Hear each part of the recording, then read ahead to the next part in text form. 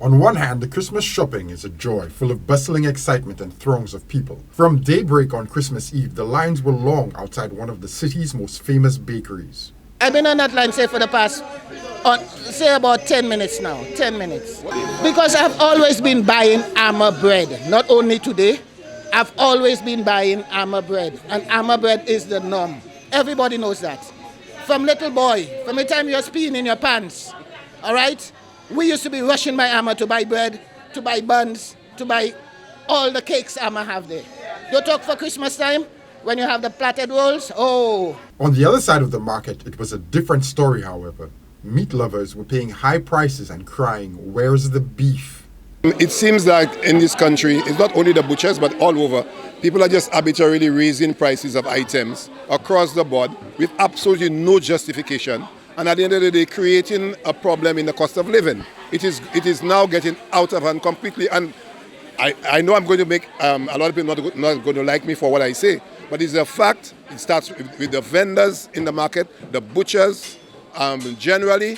People are just doing what they want across the board, and government needs to intervene. Otherwise, government will have a problem on its hands. Beef in particular has increased by about $3 a pound since last Christmas.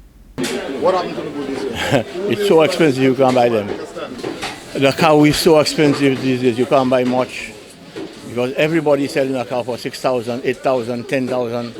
So how are you going to buy it and sell it? Because you have to make a profit, you have to pay labor.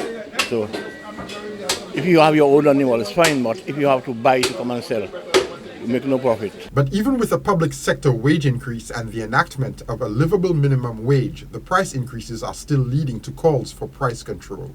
We need to stand up for the people of this country. We need to take a stand, and we need to say enough is enough. It has to start at the bottom. Everything here should be sold per pound. Government, the Cash City Council has to intervene and put weights for every vendor. They have to be licensed, and the prices have to be determined by some kind of mechanism have to put in place to determine the prices, whether it's oranges, whether it's grapefruit, whether it's avocados, whatever it is. There have to be some mechanism for determining the price.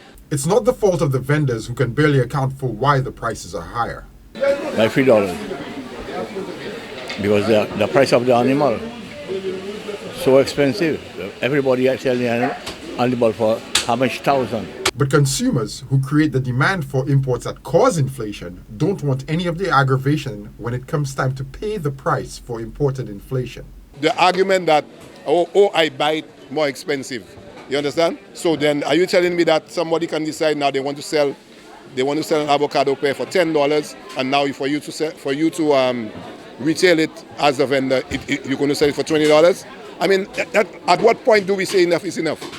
For Choice News Now, I'm Jason Seaflay.